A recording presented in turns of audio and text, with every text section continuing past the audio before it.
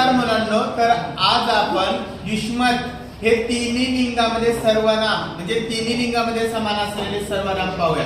जसं अस्मद म्हणजे मी, आम्ही दोघे, आम्ही सर्व, तसं युष्मत म्हणजे तू, तुम्ही दोघे, तुम्ही सर्व. तर आपण काय करू, त्याचं पठण करूया. सर्वांनी माझ्यानंतर बोला. बोला. त्वं, युवा, युयम, प्रथमा. त्वं म्हणजे तू, युवा म्हणजे तुम्ही दोघे, आणि युयम म्हणजे तुम्ही सर्व. त्वां, युवा, युष्मान्, द्वितीया. त्वया, युवाभ्यां, युष्माभिः, तृतीया. तुभ्यं, युवाभ्यां, युष्मद्भ्यं, चतुर्थी. त्वत्, युवाभ्यां, युष्मत्, पंचमी. तव, युवयो, युष्माकं, षष्ठी. त्वयि, युवयो, युष्मासु, सप्तमी.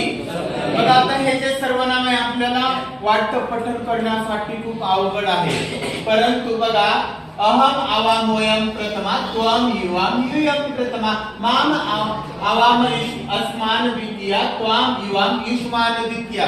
थोडंसं आहे, म्हणजे कसं, अहम म्हणजे मी, यू म्हणतो ना आपण, यू म्हणजे तू, यू बोथ, तसा यू आपण लावायचा आहे. बघा, त्यानंतर मया अवाभ्याम अस्माभि तृतीया, त्वया युवाभ्याम अस्माभि युष्माभि तृतीया. मह्यम अवाभ्याम अस्माभ्याम चतुर्थी म्हणतो ना, तसं तुभ्याम युवाभ्याम युष्माभ्याम चतुर्थी. मत अवाभ्याम अस्मत पंचमी, तसं त्वत युवाभ्याम युष्मत पंचमी. मम अवयो अस्माकं षष्ठी, तव युवयो युष्माकं षष्ठी. मयि अवयो अस्मासु सप्तमी, तसं त्वयि युवयो युष्मासु सप्तमी. तर जसं अस्मद असतं तसं आपण काय करायचं, यू समोर जोडायचं. अस्माकम असलं तर युष्माकम, अस्मद असलं तर युष्मद, अस्मान असलं तर युष्मान, त्यानंतर अस्मासु असेल तर युष्मासु.